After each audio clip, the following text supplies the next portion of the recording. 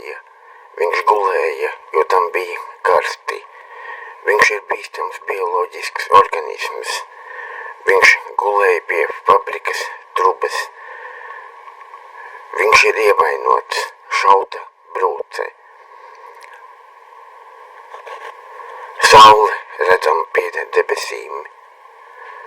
Kaprāls Hiks bija apšāvis 10 melnos xenomorfus. Ar savu koka divstobra droboviku Kaprāls Hiks izšķaidīja smadzenes daudziem melnajiem drakoniem čūskām. Hiks ir xenomorfa mednieks. Viņam darba daudz, ļaunums jāiznīdē. Hiksa bruņuvestēji trāpīja skābi, xenomorfu asinis ir kā skābi. Tāpēc steidzami Hiks novilka bruņuvesti. Hiks zināja, ka iznīcināt xenomorfus nav viegls darbs. Bet Hiksam labi maksāja ASV valdība. Hiks bija speciālists. Pēc saņemtā uzdevuma viņš atkal devās savās medību gaitās.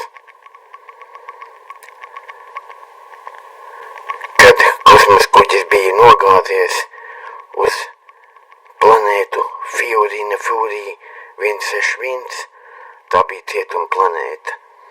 Pēc neizsakāmā miera Hiks dzinās. Kosmosa kuģis cieta katastrofu. Tas bija nokritis uz Zemes.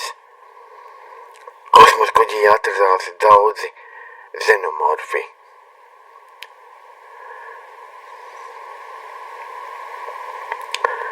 Tie bija inficējuši kuģi.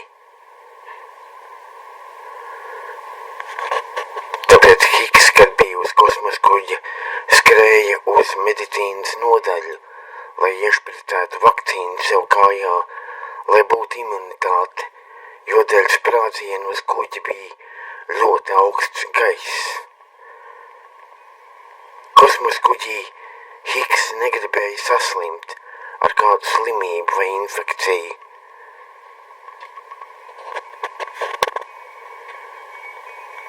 Tāpēc Hiks iepotēja kājā vakcīnu.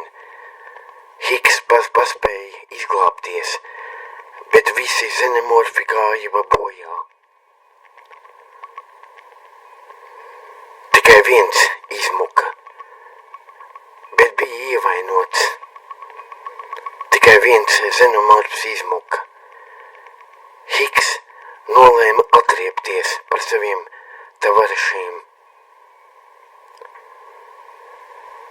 kurus nogalināja xenomorfi. Paraugstas sugas xenomorfa eksemplārs 9 jau bija aizmutis no fabrikas. Tas devās uz kanalizāciju. Eksemplārs 9 devās uz kanalizāciju. Eksemplārs 9 jau bija nožmiedzis pāris bombušas, kuri trāpījās viņam ceļā, tāpēc spēja atjaunoties. Eksemplārs 9 jau bija kanalizācijas tunelī noslēpies. Mutācijas ceļā tas sāka pārvērsties par karalieni. Viņš no aizmiga, lai tiktu pabeigta transformācija mutācijas ceļā. Bet Hiks uzmeklēja savus vecos paziņas, lai tie ar spēcdienestu palīdzību izziņotu militāru karantīnu, lai atrastu eksemplāru 9. Tika veikta liela meklēšana, teritorijas tika pārmeklētas, lai atrastu šo melno xenomorfu dronu kareivi. Eksemplāru 9. Kurš mutācijas ceļā par karalieni grib kļūt.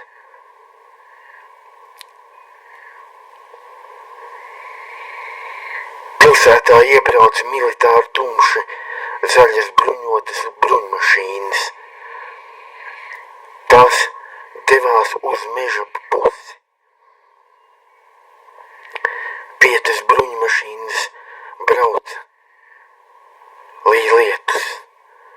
Kad spēcdienesta virsnieks Matīs bija atradis eksemplāru 9, viņš izdeva pavēli evakuēt pilsētu. Civilie tika evakuēti. Spēcināts brigāde devās kanalizācijas tunelī. Bet eksemplāru 9 jau bija kļuvis par karalieni. Tāpēc sadēja daudz olas, no kurām sejas ķērāji radās. Spēcināts brigāde bija nolemta.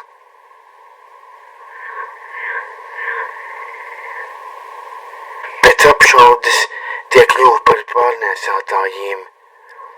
Hiks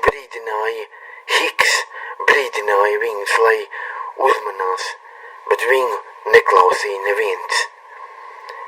Hiks paņēma bruņvesti un ugunsmetēju un devās viņiem pa pakaļ. Kad Hiks bija kanalizācijā, tur viss mirdēja drausmīgi. Tāpēc Hiks uzvilka gāzmasku. Hiks ar ugunsmetēju staigāja pa kanalizāciju. Hiks turēja rokā kustības detektoru. Kad Hiks bija tuvu ligzdei, detektors uztvēra daudzas dzīvības aktivitātes ligzdā. Hiks ar ugunsmetēju uguni atklāja pa daudzām olām un xenomorfu upuriem. Bija izveidot ligzda, vairāki dronu, melni sarkani kareivji metās virsū Hiksam, tāpēc Hiks ar automātu šāva pa mērķi. Daudzi sasprāga gabalos, jo Hiks meta granātas. Hiks atrada karalieni 9. Hiks bija ievainots, jo melnsarkans dronu kareivis ar asti iecirta plecā. Hiks novietoja C4 sprāgstvielas pie milzu cisternām,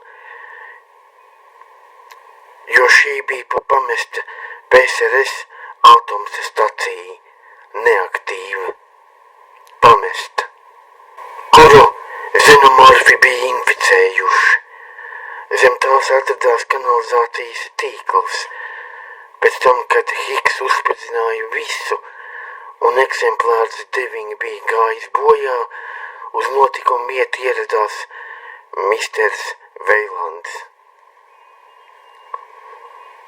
Hiks jau bija ceļā. Misters Veilands atrada eksemplārs 9 karalieni, no kuras palika pāri tikai rokas un kājas.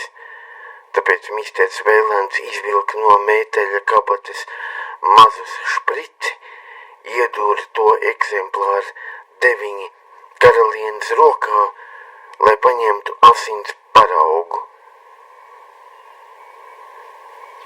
Misters Veilands ar savu ārstu brigādi aizgāja projām.